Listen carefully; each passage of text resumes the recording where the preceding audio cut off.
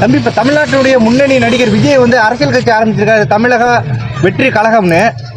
இது வந்து நீங்கள் இதை எப்படி பார்க்குறீங்க? இது வந்து சீமானண்ணனுக்கு வந்து பின்னடைவாக இருக்குன்னு சொல்லிட்டு ஊடகங்களில் வந்து பல பேர் பேசிகிட்டு இருக்காங்களே, உங்களுடைய கருத்து என்ன? அனைவருக்கும் இனிய நற்பகல் வணக்கத்தை தெரிவித்துக் கொள்கிறேன். அண்ணா, நீங்கள் இந்த கேள்வி என்கிட்ட எழுப்பியிருக்கிறீங்க.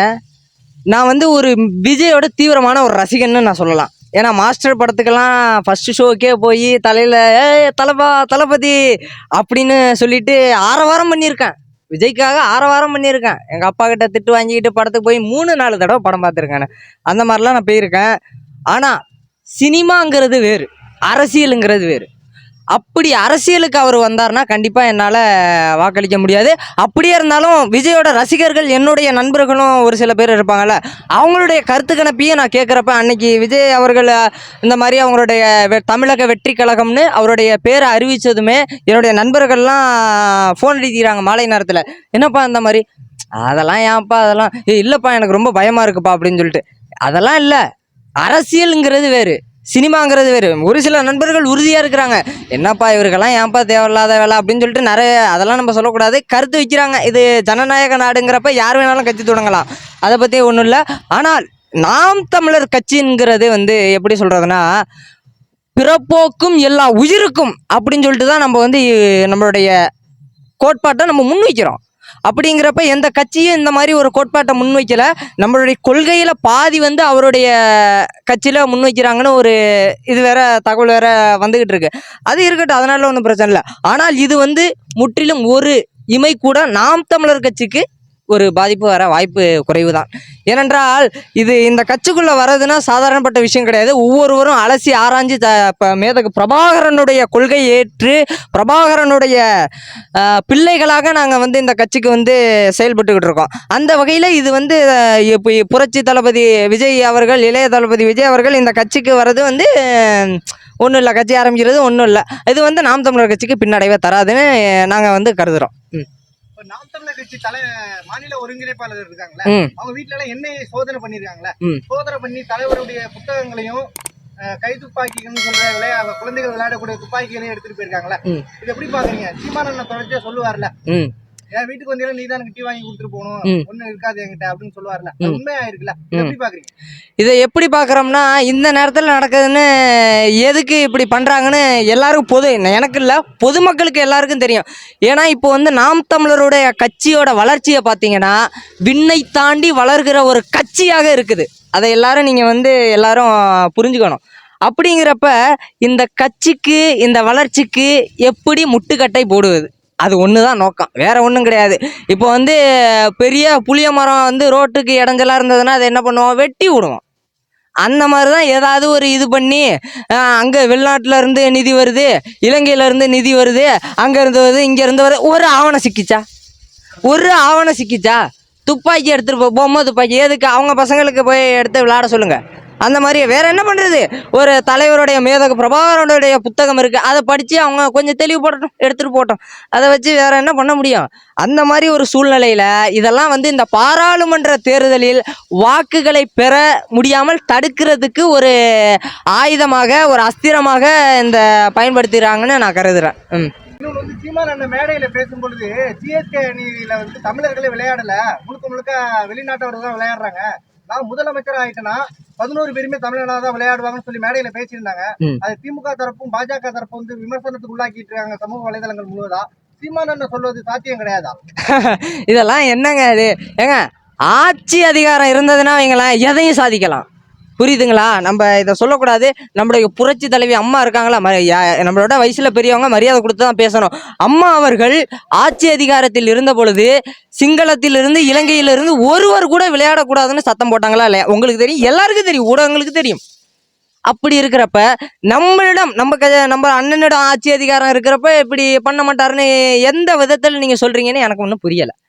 ஆட்சி அதிகாரம் இருந்ததுன்னா ஒரு வாட்டி மக்கள் வாய்ப்பு கொடுக்கட்டும், அதுக்கப்புறம் நடக்குதா இல்லாட்டி கேளுங்க வந்து, யோ இந்த மாதிரி பேசுனீங்களே என்னாச்சு அப்படின்னு சொல்லிட்டு அதுக்கப்புறம் கேளுங்க. வாய்ப்பு கொடுக்காம நீங்க பேசிக்கிட்டு என்னங்க இது? இதை நான் என்ன சொல்றேன்னா, ஊடகங்கள் இதை எப்படியாவது பேரை கெடுக்கணும், இசிவாக்கணும் அப்படின்னு ஒரு எண்ணத்தோட தான் செயல்பட்டுக்கிட்டு இருக்காங்க. புரியுதுங்களா? இதெல்லாம் வந்து நம்ம ஒன்றும் எடுத்துக்க தேவையில்ல. ஆட்சிக்கு வருவோம், ஆட்சிக்கு வந்ததுக்கப்புறம் நம்ம வந்து அதை நடைமுறைப்படுத்தி காட்டுவோம். நடைமுறைப்படுத்தலைன்னா அதுக்கப்புறம் அவங்க வந்து கேட்கட்டும், அதுக்கப்புறம் நம்ம பதில் சொல்லிக்குவோம். தொடர்ச்சியா வந்து சீமானன் வந்து தொலைக்காட்சிகள் வந்து காட்டுவதே இல்ல. சீமானன் அரசியல வந்து பேசுவது கிடையாது, முதன்மை தொலைக்காட்சிகள் எதுவுமே. அப்படி இருக்கும்போது வலைவலியை பயன்படுத்தி தான் இத்தனை ஆண்டுகளமா நாம் தமிழர் கட்சி வளர்ந்து வந்திருக்கு, 3வது இடத்துக்கு வந்திருக்காங்க. அப்படி இருக்கும்போது இப்ப வலைவலிகள் கூட ஆதன் தமிழ் இது போன்ற வலைவலிகள் வந்து அண்ணனை புறக்கணிச்சுட்டு நாம் தமிழர் கட்சியை புறக்கணிச்சுட்டு 3வது இடத்துல வந்து விஜய் மக்கள் இயக்கத்தை புதுசா கட்சி ஆரம்பிச்ச தமிழக வெற்றி கழகம் 3வது இடத்துல வச்சுட்டு 4வது இடத்துல பாஜக வச்சு நாம் தமிழர் கட்சியை புறக்கணிக்கிறாங்களா? இது எதனால நினைக்கிறீங்க? ஏன்னா ஒவ்வொரு கட்சியோட ஐடியும் பெருசு, ஊடகங்கள் வச்சிருக்கிறாங்க. இப்ப இந்த நாட்டுல, இந்த ஜனநாயக நாட்டுல ஓகே, எல்லாம் ஓகே. இப்போ வந்து யாருக்கு மதிப்பு அதிகம்? காசு வச்சிருக்கிறவங்களுக்கும் ஏமாத்துறவங்களுக்கும் தான் இப்போ வந்து அதிகமா நடந்துகிட்டு இருக்குது. இப்போ காசு இருந்ததுன்னா என்ன வேணாலும் பண்ணலாம். அந்த வகையில் வந்து ஊடகங்கள்லாம் இப்படி ஒரு தவறான ஒரு இதை பரப்புரை செய்து அவங்களுக்கு ஒரு பவர் ஏற்றிக்கிறாங்க. இந்த இது பண்ணியிருக்காங்க, சரி அப்போ வந்து இது உண்மை போல், இவங்களுக்கு சப்ஸ்கிரைப் பண்ணுவோம், லைக் போடுவோம், ஷேர் பண்ணுவோம் அப்படின்னு சொல்லிட்டு அவங்களுடைய சேனல்களை வளர்த்து கொண்டு இருக்கிறார்கள். புரியுதுங்களா? இதெல்லாம் நம்ம வந்து எடுத்துகிட்டு போகிறதுக்கு ஒன்றும் கிடையாது. நான் ஏற்கனவே வீடியோலாம் சொல்லியிருக்கேன், விமர்சனத்தை நம்ம தாண்டி வரணும். இன்னொரு ஒரு விஷயத்த சொல்லணும்னா, ஒரு ஆக சிறந்த மனிதரை டிசம்பர் மாதம் 2023ஆம் ஆண்டு நம்ம வந்து ஒரு இழந்துட்டோம். ஒரு ஆக சிறந்த மனிதரை விஜயகாந்த் ஐயா அவர்களை நம்ம இழந்துட்டப்ப அண்ணன் போயிட்டு, நம்ம சீமான் அண்ணன் போயிட்டு இரங்கல் தெரிவித்து அவரை வந்து வாழ்த்துக்கள்லாம் சொல்லியிருக்காங்க, வாழ்த்தி அவங்கள வந்து பேசியிருக்காங்கன்னு வைங்களேன். அதுக்கும் அந்த கட்சியில் விஜயகாந்த் ஐயா அவர்கள் நல்லா இருந்த பொழுது விமர்சிச்சிருப்பாங்கல்ல, அவங்களுக்கு 2 பேருக்கும் மூட்டி விட்டு இப்போ மக்கள் மனசுல ஒரு பகைமை உணர்ச்சியை தூண்டுறாங்க இந்த கட்சி மேல. அது ஏன் அப்படின்னு சொல்லிட்டு கேட்டீங்கன்னா, நான் இப்போ சொல்றேன் பாருங்க, மக்களே நல்லா கவனிங்க. அரசியல் என்பது வேறு, மனிதன் மாண்பு, மனித நேயம் என்பது ஒன்று இருக்கு. அதை கருத்தில் கொண்டு தான் அங்கே போயிட்டு நின்றுருக்காங்க. புரியுதுங்களா? இப்போ வந்து இதை சொல்லக்கூடாதான், இருந்தாலும் சொல்கிறேன், வேற வழி இல்லை. ஏன்னா உங்களுக்கெல்லாம் உணர்த்தணும். இப்போ வந்து ஐயா விஜயகாந்த் அவர்கள் மறைந்துட்டாங்க. அவங்க வந்து ஒரு மனிதாபிமானத்தில் ஒரு ஆகச்சிறந்த மனிதன், சிறந்த மனிதர், மக்களுக்காக பல சேவைகள் செய்திருக்கிறார், பல தியாகங்கள் செய்திருக்கிறார். அந்த வகையில் அவர் ஆட்சியில் இருக்கிறப்ப என்னுடைய பெரிய எதிரி கலைஞர் ஐயா அவர்கள் அப்படின்னு சொல்லியிருக்கிறாங்க, ஒரு மேடையில் சொல்லியிருக்கிறப்ப அந்த கலைஞர் ஐயா இறந்துட்டாங்க. இறந்தோன்னே அவங்க வந்து கண்ணீர் விட்டு இரங்கல் தெரிவித்தாங்க. ஏன் தெரிவித்தாங்க? கண்ணீர் விட்டு ரொம்ப விஜயகாந்த் ஐயாவால் உடல்நிலை சரியில்லை, அப்பொழுதும் கூட எனக்கு ரொம்ப வருத்தமாக இருக்குது அப்படின்னு சொல்லிட்டு இரங்கலை தெரிவிச்சிருக்கிறாங்க. இது ஏன் அப்படி தெரிஞ்சிருக்காங்கன்னா, அங்கே தான் அவருடைய மனிதாபிமானம், மனித நேயம் வெளிப்படுகிறது.